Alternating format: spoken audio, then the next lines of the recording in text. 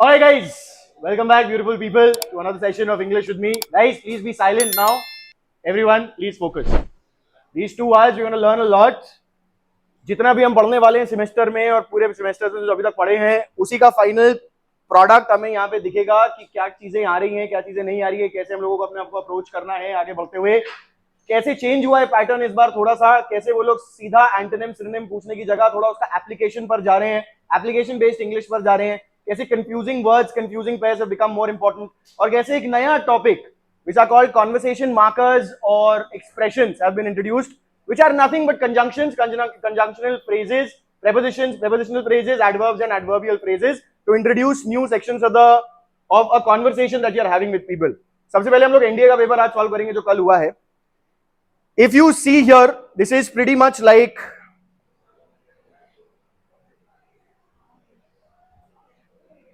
alright, if you have your phones, you can already be looking into it. If you don't, look into the screen. पहला question they're asking that in the following items a sentence or phrase is given. Underlined word की जगह पे आपको जो best suited word है उसके अतिरिक्त वो डालना है. So this is pretty much like synonyms. I'm sure you'll be able to see. पहला क्वेश्चन देखना. The Constitution of India ensures proportionate representation from all regions. Proportionate underlined है. What you have to do? Select the most appropriate option that is nearest in meaning. Nearest in meaning means synonyms. They haven't stated synonyms, but that is what they're asking for. So to be able to recognize whether they are asking synonyms or antonyms, you would have to read this and understand what is being asked. सबसे पहला देखो proportionate. What do you think is? एक minute. Proportionate मतलब partial representation है. Then balanced representation बेटा. Balance, for example, if there are 90% of one particular caste and 10% of another particular caste, then in the representational the assembly, 90% should be from that caste and 10% should be from the other caste, which are 10% in population. तो balanced पूछ रही है ना कि partial.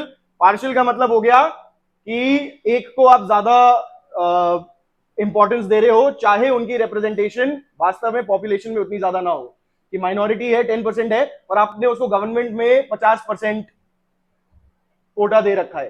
That is partial. We need balanced here. Next see, there is a feeling of disenchantment among the members of the group. Tell me what you think. Delight, disappointment, idealism or unrelenting? Disappointment. There was a feeling of disappointment. Disenchantment. Enchantment मतलब होता है किसी को मंत्र मुग्ध करना, कि आपने किसी को जादू टोना एग्जैक्टली जादू टोना नहीं, बट जो भी आपने किया है उससे वो मंत्र मुग्ध हो गया है. डिसएंचैंटमेंट मतलब वो मंत्र से छुटकारा पाना, कि अब नहीं, आप जैसे आपने किसी को मंत्र मुग्ध करके रखा पर बाद में उसको आपकी सच्चाई समझ में आ गई और उसके ऊपर जो आपका असर पड़ा हुआ था वो असर हट गया, तो वो क्या हो गया बेसिकली आपसे? Disappoint. So that is what it is. Let's see more.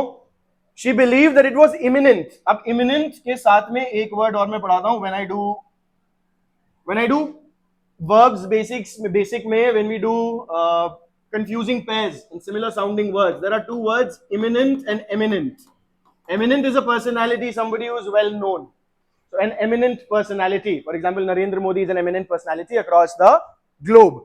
Imminent मतलब होता है something that will happen, जो बस होने वाला है, जिसको रोका नहीं जा सकता है. आप ऑप्शंस देखिएगा.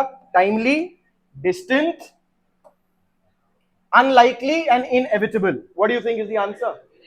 इनएविटेबल. इनएविटेबल का मतलब जो नहीं रोका जा सकता, जो होगा ही होगा, पक्का होगा, रोका नहीं जा सकता. Next, the brave soldiers left N indelible impression on the people of the land. Indelible आपको याद होगा, जब वोटिंग आप करते हो तो जो इंक लगती है उसको इंडेलिबल इंक बोलते हैं.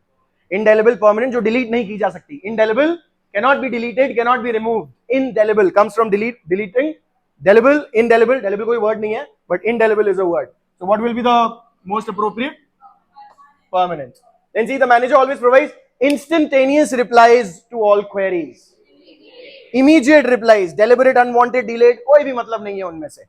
Immediate. अच्छा, एक बात और मैं आपको बता रहा हूं, जो नए बच्चे हैं पहले से जानते हैं, जो पुराने वाले हैं, जो भी वर्ड जिसमें आए हैं, बाकी के जो 3-4 वर्ड्स हैं वो भी उतने ही इंपॉर्टेंट हैं आपके लिए जितना वो इंपॉर्टेंट वर्ड है जो पूछा गया है यहाँ पे, क्योंकि रिंस एंड रिपीट होता है. पिछले 20-25 साल में यही वर्ड्स बार बार आए हैं, यही words. There are no different words, no new words आते हैं. आप मान लो वोकैबुलरी में 5-10% वर्ड्स ऐसे होंगे हर साल जो इस प्रकार के शब्द होंगे जो नहीं सुने होंगे किसी ने.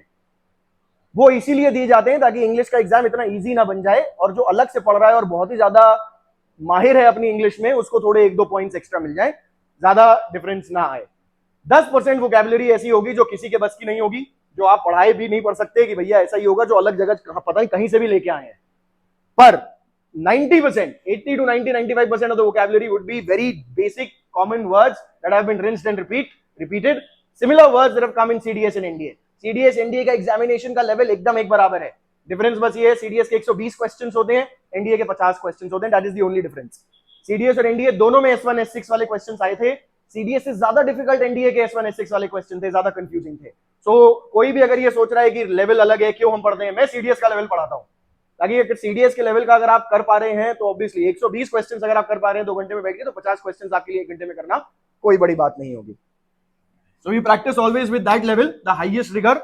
मैं 6 स्टैंडर्ड के बच्चों को भी 4 बार कोर्स करवाता हूं, पहले 6 का, फिर 9 का, फिर NDA का, फिर CDS का, so that by the time they are giving their examinations they are pretty much there on point. अच्छा, इन तरह के क्वेश्चन से बहुत डर लगता है लोगों को S1 S6 से।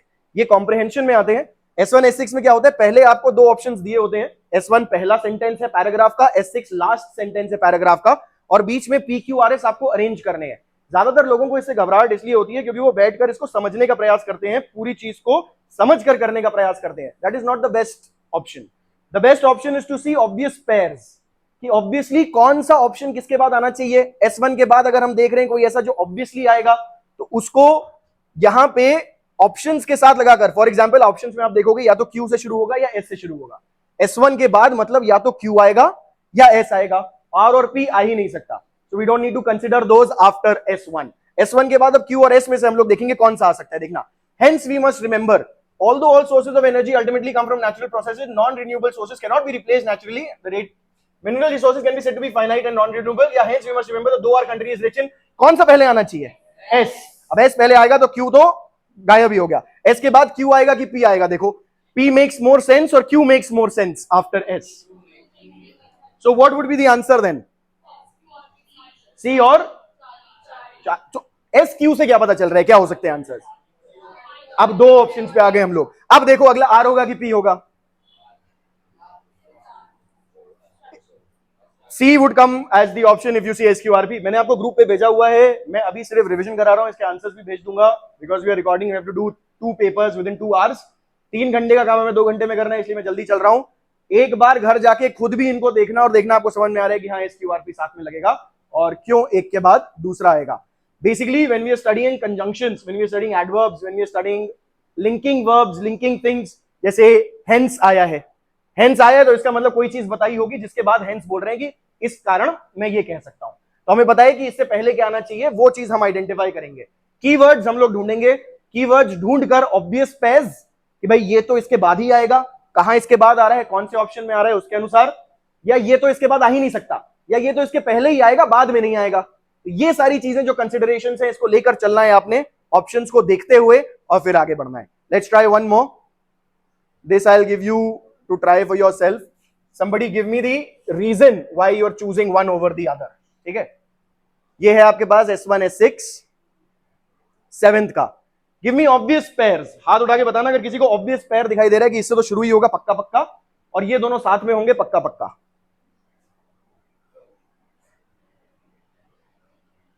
किससे? Yes, P will come first, that's for sure, all right, and R will be followed by P। R will be followed by S, all right, so R will follow P and be followed by S। एक चीज मैं और आपको दिखाऊं, last के letters भी देखिए, सिर्फ Q यहां पे लास्ट में है, और ये देखिए Q, the grand trunk road was build, it passes through Howrah, ये शुरू हो रहा है इट से S6। इसका मतलब यहां पे किसी चीज के बारे में बताया जा रहा है जिसके बारे में पहले मेंशन कर चुके हैं। प्रोनाउन इट है, प्रोनाउन का काम होता है नाउन का स्थान लेना। नाउन का स्थान अगर इट ने किसी नाउन का स्थान लिया, इसका मतलब किसी नाउन के बारे में बात की गई है इससे पहले। It passes through Howrah, what passes through Howrah, Delhi and Amritsar and terminates at Kabul Afghanistan, the grand trunk road. Q में मेंशन्ड है, क्यू सिर्फ एक ही ऑप्शन में है, उतने में हो गया, आगे बढ़ जाना है हमें, पूरा लगा के देखना एक बार। Obviously there would be sometimes there be contentions, लग रहा होगा आपको एक सही है पर दूसरा सही निकलेगा, तो पूरा का पूरा अप्लाई करके आपको एक बार देखना है कि हाँ PRSQ पढ़ के it makes sense, it has a consistent flow and you gonna move ahead from that. Alright, try 8th then.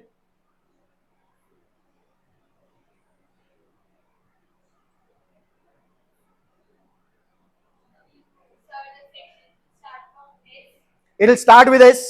How do you know beta it will start with S? How are you sure it'll start with S?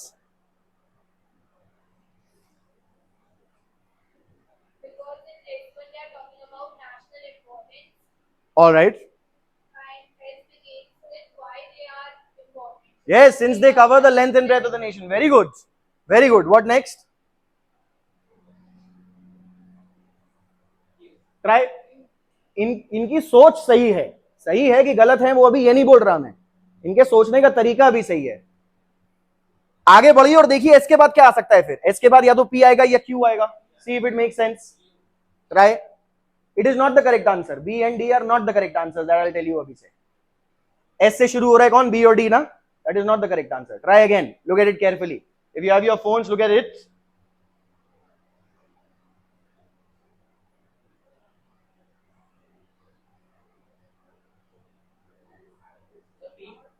P will come first. Yes, very good. Then R. अब P will come first. You can see P के बाद R. अब आपको सिर्फ ये देखना SQ है कि QS है। SQ. So what is the correct answer? A. So though your thought process is correct, और आपको उसके बाद बाकी चीजें भी लगा के you have to make sure that that is the best flow. और इन क्वेश्चंस में अगर आपको कंफ्यूजन हो रहा है, बेस्ट ऑप्शन इज सबसे पहले आप लोग वोकैबुलरी वाले क्वेश्चंस करें। अभी तो हम लोग 1 to 50 निरंतर जा रहे हैं, बट जब आप करने बैठोगे अपना क्वेश्चन पेपर में, make sure you are doing the vocabulary section first. Why? Because vocabulary you either know और यू डू नॉट नो। फिर वोकैबुलरी में कुछ ऐसे वर्ड्स हो सकते हैं जो शायद कॉम्प्रिहेंशन में या ग्रामर में यूज किए गए हैं और उसके आधार पर आपको उनका अर्थ समझ में आ जाए, तो वापस आप वोकैबुलरी पे जाकर उनको टिक कर सकते हैं। वोकैबुलरी के बाद you will move on to grammar, grammar के बाद you will move on to comprehension. And please make sure you understand what question belongs to which category do these questions belong to? Comprehension. Make sure you understand that this is comprehension. Ninth, try ninth. P will come first, so C or D would be the answer. Are you saying which one? Now tell me. P के बाद Q दोनों में आ रहा है, SR और RS. The Bill of Rights grant perhaps the most extensive range of rights to civilization. A special constitutional course enforces the rights enshrined in the Constitution. Apropos means, और इस संदर्भ में हम ये कह सकते हैं, apropos means इस संदर्भ में हम कह सकते हैं, it permits discrimination. Why? See, says that its Bill of Rights is the cornerstone of democracy in South Africa. Apropos it forbids discrimination, is the cornerstone of democracy. A special constitutional course enforces the rights enshrined in the Constitution. Bill of Rights is the cornerstone of democracy. Apropos it forbids discrimination, language and birth. The Bill of Rights grants perhaps the most extensive range of rights to the citizens. Apropos it forbids discrimination on the ground of SRRS. Both are contentions again. UPSC, again understand, if you are confused in these kind of questions, I'll go with RS. Did I go with RS? Let me check.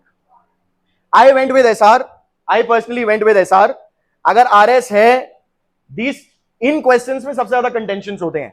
UPSC में जिसने exam बनाया है उसने कहां से वो excerpt उठाया है, उसके दिमाग के हिसाब से कौन सा पहला आना चाहिए, कौन से बाद में आना चाहिए, कभी कभी ये कंफ्यूजन हो सकता है। अगर है, आई वुड सजेस्ट आप अगर already 40-45 questions out of 50 attend कर चुके हैं, ऐसे क्वेश्चंस पर रिस्क ना लीजिए। उसमें अगर दोनों ऑप्शंस क्लोज लग रहे हैं उस वक्त के लिए उसको छोड़ दीजिए, आगे बढ़िए।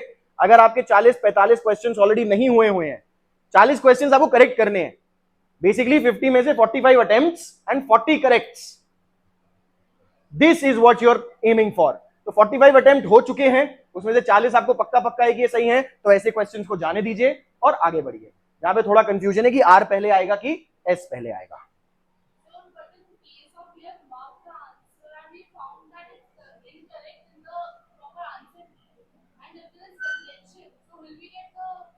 There is no contention. UPSC doesn't work on contentions. UPSC is like वो कह देगा कि सी है, आप उसको नहीं पूछ सकते क्यों सी है, वो कहेगा कि भाई सी है क्योंकि हम बोल रहे हैं सी है। आगे आपको अगर कुछ और प्रॉब्लम है तो वो आपकी प्रॉब्लम है, हमारी प्रॉब्लम नहीं है बेटा। हाँ, तो I have put D as the answer, though C is also equally understandable and justifiable. When the UPSC examination का result comes out, that is when we'll finally know what they are planning towards. Next is 10th, yeah?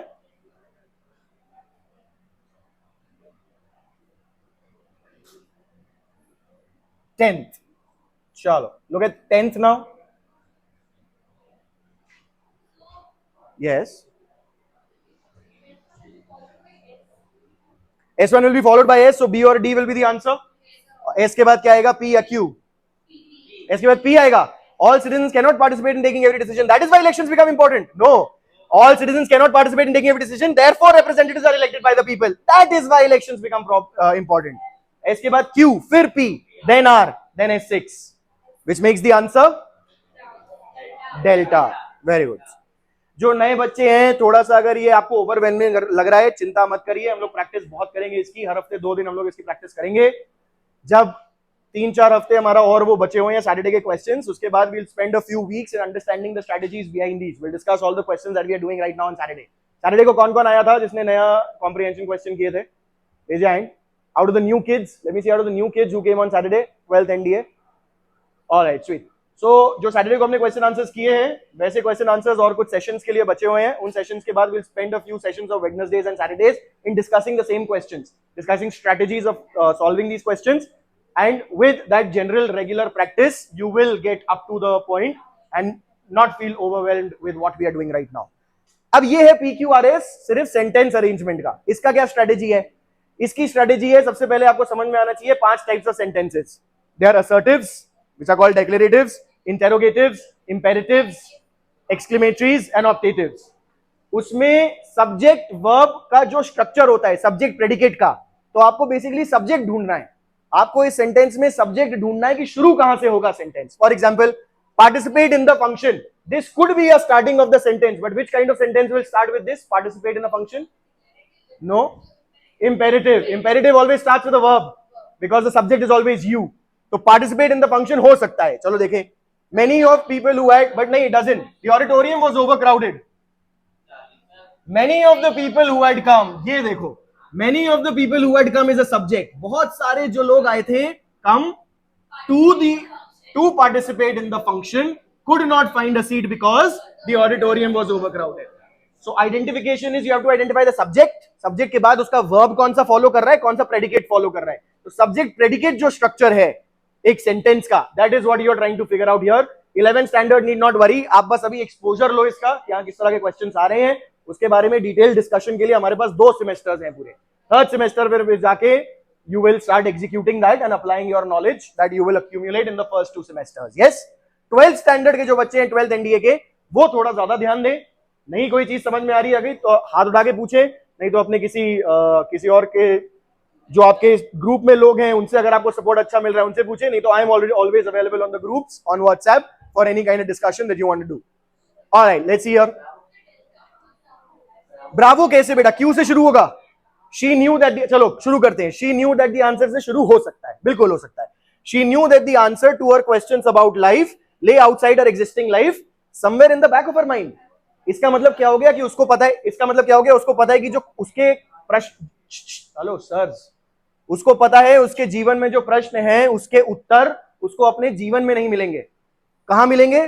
कहीं उसके दिमाग के पीछे. नहीं, ये गलत है. वो ये कहना चाह रहे हैं कि उसके दिनचर्या में, उसकी जो नॉर्मल जीवन है उसमें उसके प्रश्न, उसके उत्तर नहीं मिलेंगे. उसको कुछ हट के करना पड़ेगा. जो उसके स्पिरिचुअल क्वेश्चंस है कि भाई हम कहां से आए हैं, भगवान होते नहीं होते हैं, मृत्यु के बाद क्या, जन्म से पहले क्या, इंसान का क्या कर्तव्य है इत्यादि, वो नहीं कह रहे हैं. ये कह रहे हैं somewhere in the back of her mind she knew that the answer. कहीं ना कहीं उसको ये पता था कि उसके प्रश्नों के जो उत्तर हैं वो उसको अपने आम जीवन में will not find. Very good. So what will it start with? Del R. Start with R, then go on to QSP. You understand what I'm saying? अब ये 12th का एक बच्चा है जिसने अभी एग्जाम दिया है, वो मेरे पीछे पड़ गया. सर कह रहा है, सर चैट जीपीटी तो कह रहा है बी आंसर है. वो चैट जीपीटी बी आंसर नहीं कह रहा है. चैट जीपीटी कुछ और ही आंसर बता रहा है और कह रहा है क्योंकि वो ऑप्शन है ही नहीं इसलिए बी मार्क कर दो. ये कह रहा है चैट जीपीटी. तो क्या कह रहा है चैट जीपीटी? कह रहा है आंसर होना चाहिए QSPQR, नहीं RQ, सो QSRP. चैट जीपीटी कह रहा है आंसर होना चाहिए QSRP. She knew that the answer to her questions about life somewhere in the back of her mind lay outside her existing life. अभी ऑप्शन ही नहीं है. उसने कहा अगर ये ऑप्शन नहीं है तो somewhere in the back of the mind and में लगा दो, बी मान लो आंसर. बट नहीं बेटा, D is the correct answer. somewhere in the back of her mind का मतलब है कहीं ना कहीं उसको अपने मन में कहीं ना कहीं ये बात पता है. somewhere in the back of her mind is an idiom. It means कहीं ना कहीं उसको ये बात पता है कि उसके जो प्रश्न है उसका उत्तर उसके साधारण जीवन में उसको नहीं मिलेगा, उसको कहीं और खोजना पड़ेगा उसका answer. So delta is the answer of 12th. बेटा चार्ली कहां से आ गया? हाँ तो अभी don't jump, don't jump, don't jump, do not jump sir. Alright, Now look at the 13th question. Inside the pages of all good works of literature lies the truth about some of the more challenging questions posed by humanity. Q से शुरू होगा. Inside the pages of all good works of literature, QP, lies the truth. R, S, Charlie. You see that? Bravo, bravo. RS, bravo. So 13th is bravo. Indeed it is. 14th, check 14th. See what is the subject. Answer ना बताना, पहले subject identify करो sentence का क्या है. R is the subject. For every stride of progress, for every stride of progress, every stride of progress, every stride, this is the main subject word, stride. बाकी सब attributes हैं. Every stride of progress any nation takes on accounts of economic success, it takes two back if it is unable to address continuing social inequality. So what is the answer?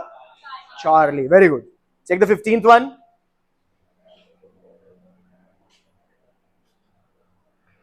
See if somebody can tell me the subject. S is the subject. Very good. अब क्या होता है amortization, mortgage सुना आपने? mortgage लेना, mortgage loan लेते हैं आप बेसिकली किसी चीज को वो गिरवी रखकर अगर आपने लोन लिया है तो that is called a mortgage. If taking a mortgage for your house, for your business, for whatever, that's a mortgage. So mortgage amortization हो गया, उस mortgage को कम करना. तो बेसिकली आप जो पे कर रहे हो पैसा, अच्छा किसी ने भी अगर लोन ले रखा है, मैं आपको एक टेक्निक बताता हूं, किसी ने भी अगर लोन ले रखा है 12 महीने के आप जो किस्तें अपनी जमा कर रहे हो, हर साल अगर आप एक किस्त एक्स्ट्रा जमा कर दो, 12 की जगह 13 जमा कर दो, तो बहुत सारा लोन आपका कट जाएगा, कई सालों का कई ज्यादा इंटरेस्ट आपका कट जाएगा सिर्फ एक किस्त एक्स्ट्रा जमा करने के लिए. That is what amortization is about, to reduce the amount of loan that you have taken and to reduce the amount of interest that you're going to give up for that. So tell me the answer for the 15th then. Alpha. Very good. Now check 16th बेटा, है ना. अब ये grammar है, fill in the blanks यहाँ पे grammar के base पे आया है. Fill in the blanks, I told you, fill in the blanks can be of two kinds. It can be for vocabulary, it can also be for grammar. Here it is about grammar. See how there is more than, क्या आएगा इसमें से? Why? Why? Raise your hand to tell me why way and not ways. और ways अगर लगाना होता तो क्या change होता? Raise your hand to tell me. R, यहाँ R होता तो ways हो जाता. There are ways. There is a way. There is more than one way. क्योंकि is लगा है इसलिए way होगा. Very good. Next, see, the class decided to organize a picnic. A picnic. Picnic is countable. Countable में आप लगाओगे indefinite में a या an. Picnic पर से शुरू हो रहा है, a लगेगा. Single picnic की बात हो रही है. Make sense? ये देखो, अब यहां पे आपको कोलोकेशन की बात है. ये वर्ड्स जो साथ में आते हैं, फॉर एग्जाम्पल स्टैंडिंग ट्रायल का मतलब होता है कि आप कोर्ट में जज किए जा रहे हो. If you stand trial inside a court, that means you are जज in the court. So stand trial जो फ्रेज है, this should be known by you, then will become very easy. The accused stood trial. Stand का past है stood, stood trial. Stand trial की जगह stood trial. Then see the manner in which the demolitions have been carried out, dash scrutiny by the, why is under, why not was under, who will tell me? Have been. The manner in which the demolitions have been is present perfect. This is present perfect, have been carried out. Present perfect in the passive tense. वो कोई बात नहीं है, passive voice है कि active voice है, but है present perfect में. Cover your mouth, Siddhi, please. Have been carried out is under. अगर ये had been होता, had होता या have की जगह तो क्या हो जाता? Was under. Next, shall. I'll tell you why shall. I और we के साथ हम लोग shall यूज करते हैं will की जगह पे, और अगर shall you के साथ he, they, it, she के साथ भी यूज हो सकता है अगर वो promise की बात हो रही है. और मैं for example, there are two ways I can say it. You will get a holiday tomorrow. I'm just saying that in the future you will get a holiday. You shall get a holiday tomorrow is me promising you कि मैं आपको छुट्टी कल दे दूं, नहीं दूंगा. No holiday, Sundays only. तो यहाँ पे shall लगेगा, याद रखिए. I और we के साथ हमेशा shall रखता है. यूपीएससी ये चेक करता रहता है बार बार आपके एग्जामिनेशन में. I और we के साथ we will use shall. Last year this was checked in the CDS. This year it is checked in NDA. इसीलिए इंपॉर्टेंट है CDS का पेपर भी देखना उतना ही इंपॉर्टेंट जितना NDA का, क्योंकि CDS के पेपर और NDA के पेपर का जो फॉर्मेट है वो लगभग एक आध सेशन के आगे पीछे चेंज होता रहता है. CDS में जो चेंज आता है अगले सेशन में वो NDA में आ जाता है. They ask the same thing in NDA in the next session or in a couple of sessions later. अब देखो कितने प्यारे क्वेश्चंस हैं ये. आपको डायरेक्ट से इनडायरेक्ट या इनडायरेक्ट से डायरेक्ट में बनाना है? पढ़ाया भाई मैंने, एक्सटेंसिवली किया ये काम हमने इनडायरेक्ट डायरेक्ट का। देखिए बताइए फिर पहले वाले का क्या होगा। How do you know that? देखना, सेड टू अंदर वाला सेंटेंस क्या है? डेक्लेरेटिव है। डेक्लेरेटिव है मतलब कंजंक्शन दैट लगेगा। सेड टू बन जाएगा told, told her friend that she, I change होगा सब्जेक्ट के अनुसार, चारू शी है शी हो गया, और ऑब्जेक्ट सेकंड पर्सन चेंज होगा ऑब्जेक्ट के अनुसार। You remember all of this? Raise your hand if you understand all of this that I am saying, because you already studied direct indirect. If you don't worry, direct indirect का जो revision होगा उसमें के बाद फिर आपको ये बात समझ में आएगी। अच्छा, Charu told a friend that she wanted her to be that 6 PM, tomorrow नहीं हो सकता। क्यों? क्योंकि उस वक्त उसने टुमारो बोला था, वो तो नेक्स्ट डे बन जाएगा। इंडायरेक्ट में तो नेक्स्ट डे बन जाएगा, टुमारो नहीं हो सकता। चारू रिक्वेस्टेड, नहीं, this is not a request, she is not requesting, this is not an imperative sentence, she is not saying please, she is not saying anything. Then Charu told her friend that she will want her to be, nahi, she will want, I want you, I wanted हो जाएगा, said है तो past tense में जाएगा ना कि future tense में जाएगा, तो she wanted। अच्छा 20 second में contention है, I'll tell you why। See, I haven't given the answer of this because this is incorrect, absolutely। Tell me why is it incorrect? The 22nd, the statement itself is incorrect। Nitin said to his brother, what a beautiful painting it is।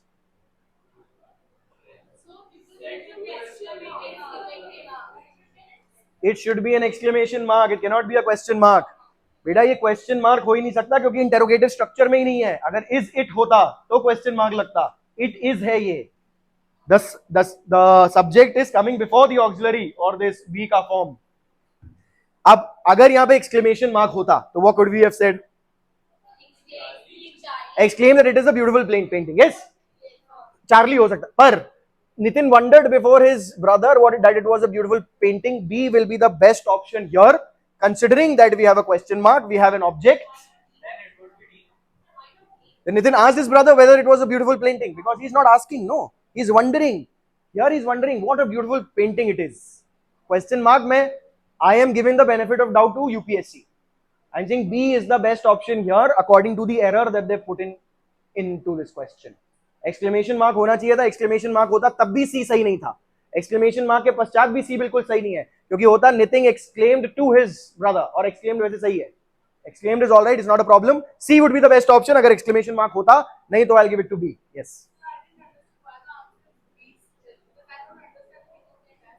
So Nitin wondered before his brother that it was a beautiful painting, because they have made a mistake, I am just trying to incorporate their mistake and say वैसे नहीं है सही वो। आप confuse ना होना, सही क्या होना चाहिए? यहां क्वेश्चन मार्क की जगह एक्सक्लेमेशन मार्क होना चाहिए और सी सही होना चाहिए। आप इसी बात पे रुको, ठीक है? I am assuming that this question will be cancelled and they will not give this point in NDA question paper. Alright, try 23rd। अब ये इंडायरेक्ट से डायरेक्ट में करना है, तो opposite, whatever you were doing to convert from direct to indirect, you have to do the opposite of it, from indirect to direct. So the teacher said to her, why were you quiet? अच्छा ये क्यों नहीं? Why had you been quiet? क्यों नहीं?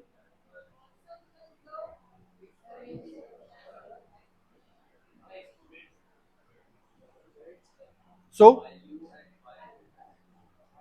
नहीं। अच्छा ये बताओ, डायरेक्ट में ये जो डायरेक्ट है सेंटेंस, इसका इनडायरेक्ट क्या बनेगा? इस डायरेक्ट सेंटेंस का इनडायरेक्ट बनाओ।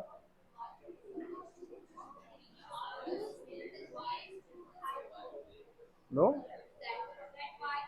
नो, दैट तो लगता ही नहीं बेटा, दैट का है। So is the same, no, why they had been quite in the previous, is it not the same? Simple past को भी कन्वर्ट करोगे तो भी पास्ट परफेक्ट बनेगा, पास्ट परफेक्ट को करोगे तो भी पास्ट परफेक्ट ही रहता है, याद है ये? Past perfect does not change, but if we are changing from indirect to direct, we will change past perfect into simple past. That is why we will take B and not C. You understand? Conversion in दोनों का indirect में conversion यही बनेगा, but when we are reverse converting from indirect to direct, make sure you are converting past perfect to simple past and not retaining it as a past perfect। Yes, no, you is also plural beta। why were you? See, no, were you, you is same for singular plural। मैं चाहे आपको अकेले बोलूं तब भी you बोलूंगा, आप चारों को बोलूंगा तो भी बोलूंगा you। yes, आप लगा सकते हो उसके साथ कोई और qualification, for example all of you, both of you, either of you, neither of you, each of you, but then it becomes third person, each of you is, you some understand that? then each becomes, each of you बोल रहा हूं मैं, each of us बोल रहा हूं, but then us and you are the objects case, which is the object of the preposition of, and the main subject is each. Do you get it? And then it becomes the third person. So you second person में singular plural के लिए दोनों के लिए you रहता है. It doesn't change. Good question though. Do you get it now? Very good. I got 24th.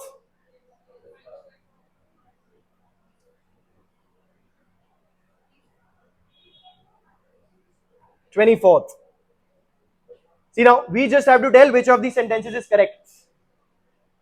Which sentence is correct? Why is B not correct? Raise your hand to tell me. Why?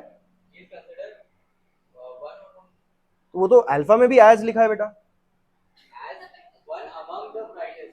One among the brightest intellectuals. That is the problem. One among the brightest की problem नहीं है, problem intellectuals की है. वो कह रहा है एक माना जाता है ब्राइटेस्ट इंटेलेक्चुअल्स में. वो बहुत ज्यादा प्लूरल होगा, प्लूरल में से वो एक माना जा रहा है, तो यहाँ पे प्लूरल लगना चाहिए, सिंगुलर है तो गलत है. Similarly here one among the brightest intellectuals, again भाई ब्राइटर भी है, ये भी गलत है. One among the brighter intellectuals भी चल जाता, the intellectuals who are brighter compared to the other, पर intellectuals होता then it would have worked. He is considered as one of the intellectuals. यहाँ पे भी intellectuals होना चाहिए था, तो plural नहीं है यहाँ पे. That is why as the brightest intellectual in the country, that he is the brightest. He is not one of the brightest.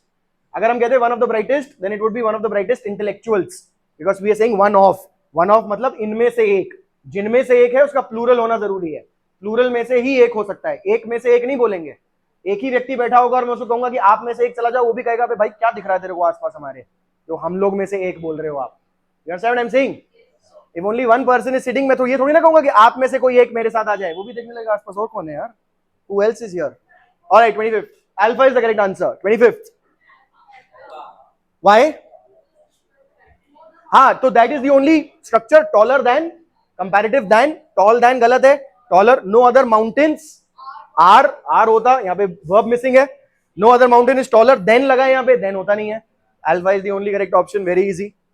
अब ये देखो, this is where they have started inputting those. So previous year this came in CDS, they had these type of questions where two similar words are given to you, their definitions are given, and you have to choose which one justifies both of those words. देखो भाई इसमें से कौन सा बता पाओगे आप? Alpha? Yes, confident means certain and confidant means a close friend. अच्छा, confidant can also mean an intimate person. Intimate means somebody जिसके साथ आपकी बहुत करीबी है. But confident is not assurance. Confidence can be assurance. Yes, because both of them are nouns. Confident is an adjective, तो उसका अर्थ भी adjective में ही देंगे synonym. Synonym और antonym अगर है तो उनकी part of speech same होनी चाहिए. Part of speech अलग नहीं हो सकती है. Noun का synonym noun ही होगा, adjective का synonym adjective ही होगा, adverb का synonym adverb ही होगा. Broke and brook बताओ. Broke means bankrupt. Yes. Broke means नहीं, broke is not fractured. Broke is the past tense of break, वो अलग चीज है. Broke का अपने आप में एक मतलब होता है. He is broke, which is an adjective, which means he doesn't have any money. He is bankrupt, no money, bankrupt. And brook is a stream. पतली सी एक जंगल वंगल के किसी के बीच में या कहीं से भी अगर एक नहर बह रही होगी, you'll call it a brook. Accept and accept. Accept means consent and accept means apart from. Except but हम लोग इसमें समझते हैं वो prepositions में, and accept in the word. This also I've taught when I teach verbs. The notes that I give for verbs, they have of allude. If you allude to something, you cite something, you give an example of that. So for example, if I'm writing something, I allude to the works of Shakespeare. मतलब I'm giving the example of Shakespeare, and I'm referring to the examples of Shakespeare without specifically mentioning the name of Shakespeare or his works. So if you allude to something, means you refer to something without exception, without mentioning it explicitly. All right, done. 28. 29. Yes, wait.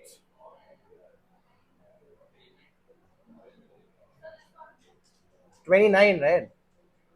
Yes. Accord and accrued. Yes, accord means agreement and accrued means accumulated. Accord हम लोग समझते हैं जब मैं आपको conjunctions पढ़ाता हूँ उसमें भी in accordance with, according to. तब अकॉर्ड का मीनिंग आपको समझ में आता है कि अकॉर्ड का मतलब होता है किसी के अनुसार, you are in accord. Accord का ऑपोजिट होता है डिस्कॉर्ड। अकॉर्ड और डिस्कॉर्ड भी वर्ड आ रखे हैं पहले। पिछले 20-25 साल के जो क्वेश्चन पेपर्स हैं एनडीए और सीडीएस के, वोकैबुलरी उसमें से ही कवर करना पर्याप्त होता है। वो कवर करते ही हम लोग अपने क्लासेस में, उनके क्वेश्चन पेपर्स भी मिलते हैं आपको प्रैक्टिस के टाइम पे, वही वाले क्वेश्चन पेपर्स हम लोग प्रैक्टिस करेंगे और सारे वर्ड समझना। आपने बस एक काम करना है कि जब भी आपके सामने कोई एक वर्ड आ रहा है जो आपको नहीं आता है, आप उस वक्त उसको समझ कर ही आगे बढ़ें। तो accord and accrued, see, accord means an agreement and accrued means accumulated. You accrue wealth. Next, guarantee and warranty. Guarantee is a promise and warranty is a service contract. Guarantee दे रहा हूं मैं आपको कि sir, cover your mouth, ma'am, cover your mouth.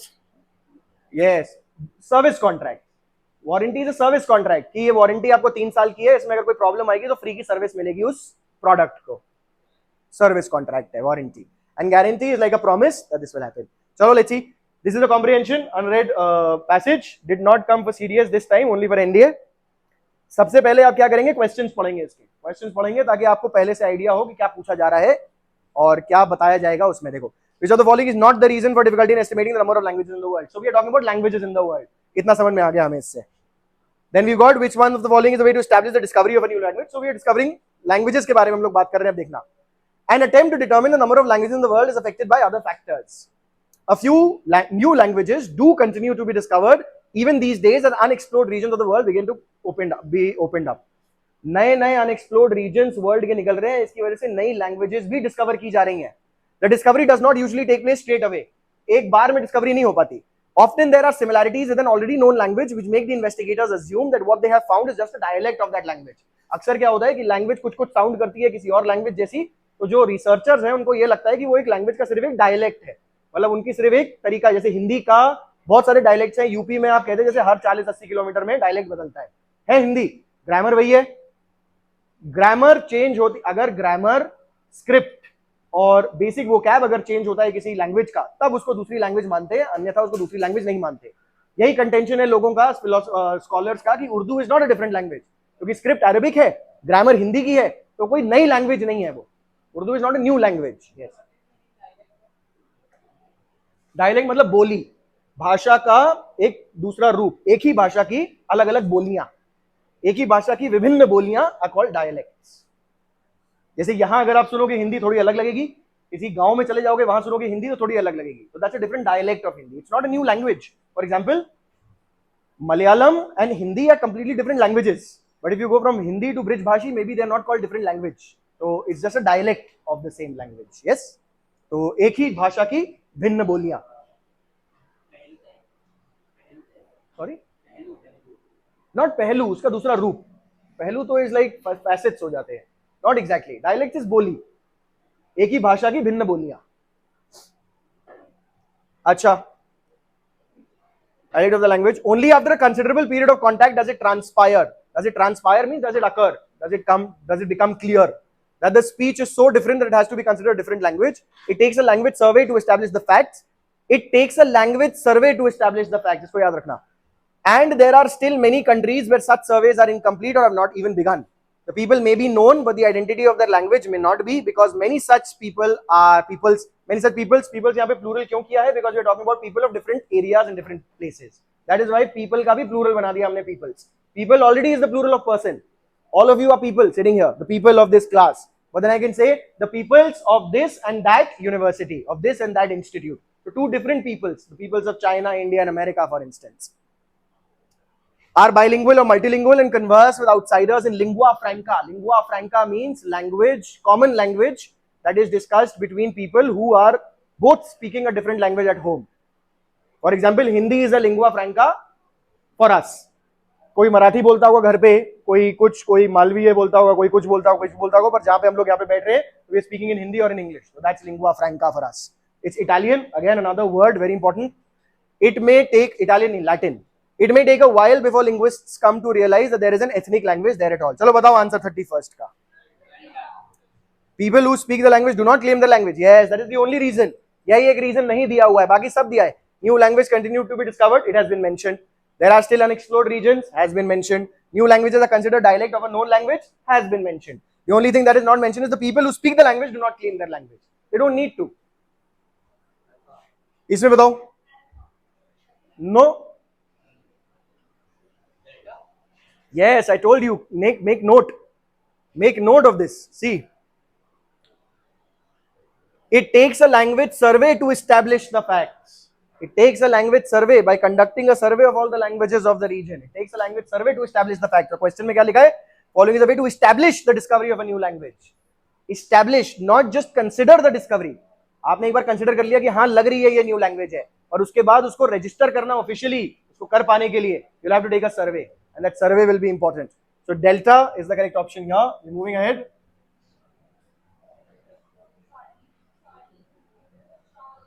Wait, Charlie. 33rd, yeah? It's not arranged, apparently. All right, 33. हाँ, चलो बताओ. Which of the following statements is correct? Language surveys have been conducted? No, they haven't. There is hardly any language to be discovered? No, not true. No languages needs to be discovered? No, not true. All the languages are either complete languages or dialects of other major languages. Dialects of other major languages मतलब उसी language का कोई दूसरा रूप है, उसी language का दूसरा रूप है. ग्रामर डिफरेंट नहीं है, स्क्रिप्ट डिफरेंट नहीं है, बोलने का तरीका बस थोड़ा अलग है. हम की जगह हमऊ कह देंगे, फॉर एग्जाम्पल. हमको क्या पता, हमऊ का पता. It's not a different language, it's just a dialect. Next, 34th.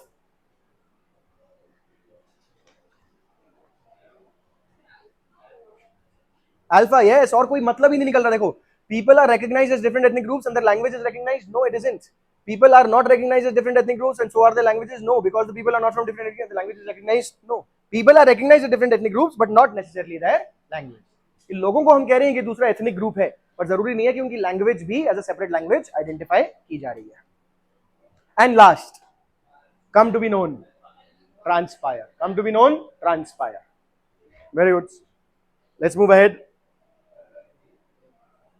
अब ये नई चीज है बेटा, है ना. डिस्कोर्स मार्कर्स एंड एक्सप्रेशंस है, कुछ नहीं है. प्रेपोजिशंस, कंजंक्शंस और एडवर्ब्स ही हैं, और उनको बोला इस तरह से एक अलग टॉपिक के रूप में लिया गया है, डिस्कोर्स मार्कर्स एंड एक्सप्रेशंस के रूप में. देखो, dash your transfer request is concern.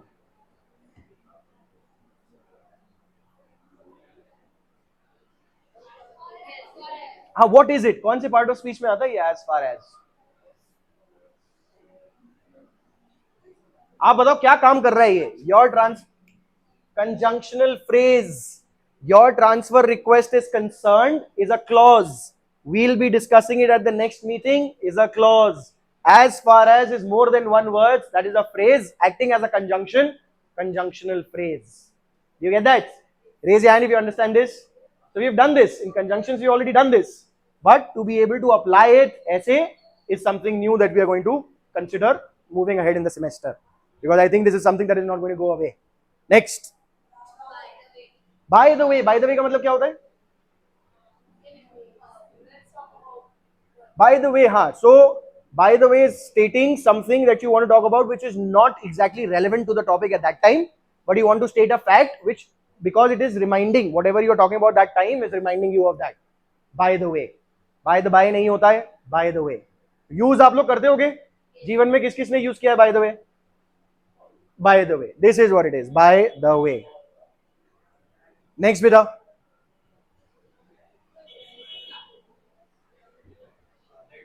Delta. अच्छा, एक कंफ्यूजन हो सकती है. When I say speaking of the wind, speaking can be considered a present participle, और प्रेजेंट पार्टिसिपल कंसिडर कर रहे हैं तो it was not speaking, was it? भाई standing at the gate the scorpion bit him, but this is still correct. Why? Because this is not treated as a present participle which is modifying it. It is treated as a discourse marker. Discourse marker is a new, completely new thing, not in a separate part of speech but separate grammatically in English. So speaking of the wind means you want to talk about something else, and then you're talking about whatever you are mentioning. It was getting stronger and I was getting colder. Why is alpha not correct? To begin with the wind. No, because you are not beginning. If you say to begin with the wind, that means you're going to specify everything. पहले हम इसकी बात करते हैं, फिर सूर्य की बात करेंगे, फिर उसकी बात करेंगे, फिर उसकी बात करेंगे. But because we don't have the rest of it, the best option is speaking of the wind. अगर हम विंड की बात करें तो भाई वो स्ट्रांग होती जा रही है और मुझे और ज्यादा ठंड लग रही है. That is why. To begin with का मतलब होता है कि आप कोई लंबी चर्चा शुरू करने वाले हैं and you are starting off with the first topic. So to begin with the class today, we're going to start with this, etc., etc. Make sense? All right. चलिए, few more questions. Excuse me, what are you doing in my room? Naughty UPSC. Come on, continue. In some cases, an unhappy childhood leads to criminal behavior. कुछ cases में unhappy childhood leads to criminal behavior. Obviously it does. पहले 5 साल तक अगर बच्चे को प्यार नहीं मिलता है, physical attraction, physical affection नहीं मिलता है, तो they tend to become cruel hearted. और वो change नहीं किया जा सकता फिर जीवन भर. आप अगर कभी किसी बच्चे को देख रहे हैं, किसी बड़े को देख रहे हैं जिसको किसी को तकलीफ देना पसंद आता है, मजा आता है, कुत्ते को परेशान करना, बांध के उसको पानी में डाल देना, डुबोना या आग लगाना, किसी इधर उधर किसी चीजों को, जीवों को त्रास देना, so it is probably because of some childhood trauma. That is what psychology says. So in some cases. Next, see. In other words, somewhat. No. Yes, the problem is nothing but a wrong assumption about processes. In other words, that seems the best. Again, very dicey, very very contentious because you do not have the context in which this is being stated. So you can justify all the options, but the best option to be chosen is in other words here. Somewhat the problem is nothing but a wrong assumption about processes because again, context के हिसाब से somewhat भी लग सकता था. It is not incorrect. But if you don't have any context, then the best suited option is in other words because you're talking about the problem and you're trying to define the problem is nothing but a assumption about processes. So in other words, the problem is nothing. आप कह रहे हो problem और कुछ नहीं है, सिर्फ एक wrong assumption है processes का. तो दूसरे शब्दों में कहा जाए तो ये problem नहीं है, सिर्फ एक wrong assumption है प्रक्रियाओं का. दूसरे शब्दों में कहा जाए तो in other words is what we will do. Somewhat मतलब कुछ. Yes, he is somewhat prepared. वो लगभग prepared है.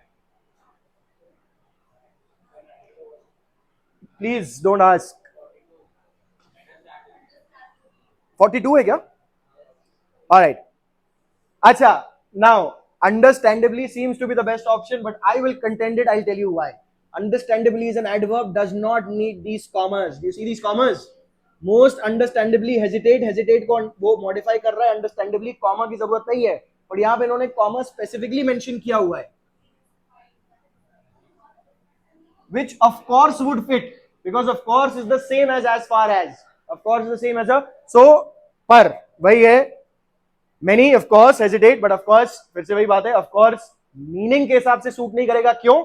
आप of course डालते हो, मीनिंग तब भी निकल आएगी, पर उससे हम ये दिखा रहे हैं कि हमें एम्पैथी नहीं है दूसरे व्यक्ति के साथ, कि उसका नर्वस होना जो है कि मैनी हेजिटेट, उसकी जो हेजिटेशन है वो ऑब्वियस है और होगी, तो आप एम्पैथी नहीं दिखा रहे हो वहां पे. अंडरस्टैंडेबली एक एम्पैथेटिक नोट लेके आ रहा है साथ में, you understand the hesitation of the other person. That is why understandably will be a better fit here for now. But grammatically अगर देखा जाए तो कॉमा नहीं लगना चाहिए अंडरस्टैंडेबली के लिए, और ऑफ कोर्स के लिए कॉमा लगता है. That is why I would say comma, but again it wouldn't justify the positive impact or aspect that UPSC wants you to always have while giving the examination. Considering that, understandably would be a better option. Next, see 43.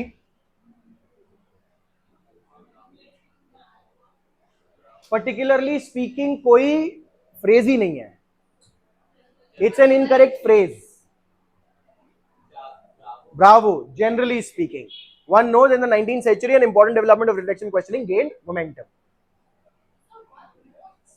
One note मतलब जो भी पढ़ रहा है वो ये note कर पाएगा इस बात को. Any person generally this is an indefinite pronoun. One indefinite pronoun acting as a subject for the verb notes. Oneself वाला. One can help oneself by doing this. So where you are generally speaking की बात हो रही है यहाँ पे, because we are talking about one in a general sense, not any one person but any person we are talking about. 44th.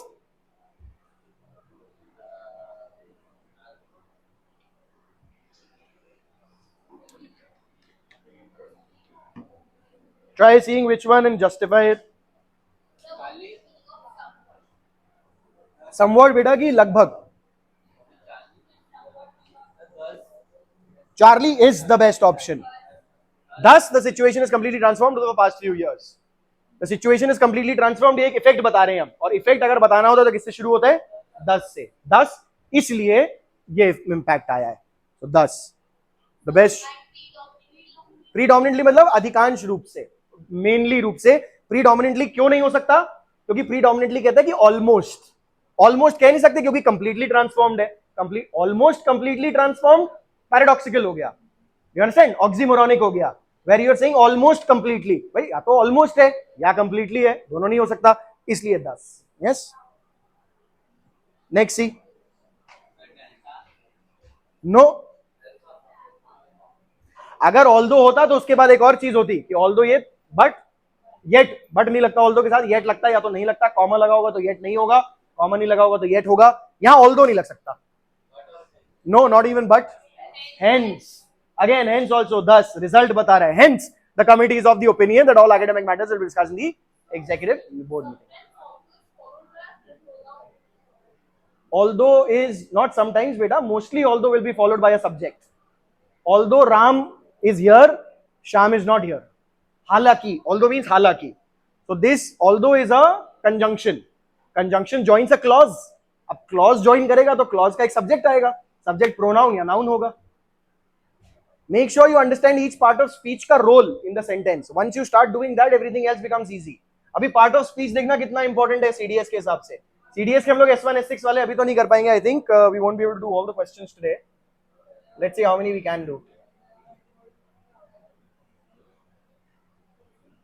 46, yeah? Alright, finally you've got सीधा synonyms. Synonyms नहीं, word meaning. Word meaning. So these are words, word meanings. Hindu will make sense in all ways, comprehension as well. आप लोग हिंदू को जिस तरह से पढ़ रहे हो, आप सिर्फ वर्ड्स निकाल रहे हो. That is not what I want you to do. I want you to read the editorial every Saturday and make sure you understand the usage of the word in that place. You get it? We're going to continue doing that, not a doubt. But हाँ, कुछ और शायद एक आध महीने करेंगे. Final जो 3-4 महीने होंगे उसमें we'll focus more on confusing words pairs. Because that is what it seems they are moving towards mostly. UPSC. देखो cynosure बताओ. Do you know cynosure? Center of attraction. Cynosure का मतलब क्या होता है? This is the word that I used in my 12th standard boards examination के essay में. मैं 3 words ढूंढ के लेके गया था कि इनको यूज करूंगा ही करूंगा. एक था cynosure, एक था juxtapose, तीसरा मुझे याद नहीं है. Yes, cynosure. Have we done this in Hindu? Cynosure ever? Yes, of course we have. Yes, I know we've done it. Cynosure. All right. Anyway. अबे यार.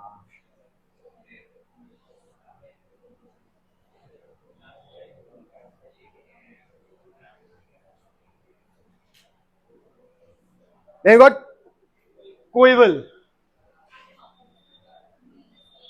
Same age. It means of the same age.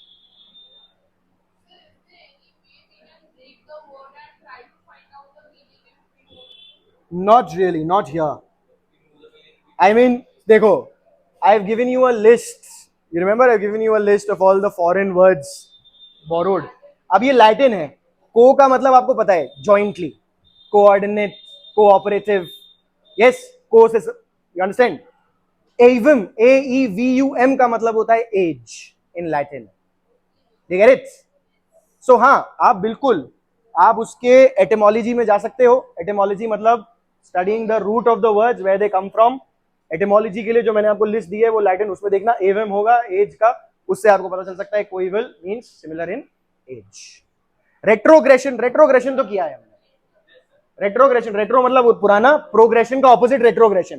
Progression आगे बढ़ना, retrogression वापस पुरानी स्थिति में जाना. Charlie, which is return to earlier state. Impressed. As I said, vocabulary में 10 से 20% चांसेस हैं कि ऐसे वर्ड आएंगे जो किसी ने भी नहीं सुने होंगे. Impressed. What is the meaning? Small amounts. Money used to manage small expenses, which is called miscellaneous expenses. We call it वैसे in economic planning. but impressed is also a word. And turgid. Turgid is very easy. Turgid used for rivers when they are in the state of flooding. So turgid rivers, that is what has come a lot of time. Swollen and distended is what the answer is. So that's that for the NDA paper. Swollen or distended. So your stomach becomes distended when there's a lot of gas inside. बहुत खा P के पेट फूल जाए तो that's called a distended abdomen. Yes, can also happen because of hernia. But swollen or distended usually used for, turgid is usually used for rivers. When a river is in a flooding state, it's called a turgid river. Yes, turgidly, flowing turgidly. Oh, thank you so much, ladies and gentlemen. That was that for NDA. I shall see you in the next one.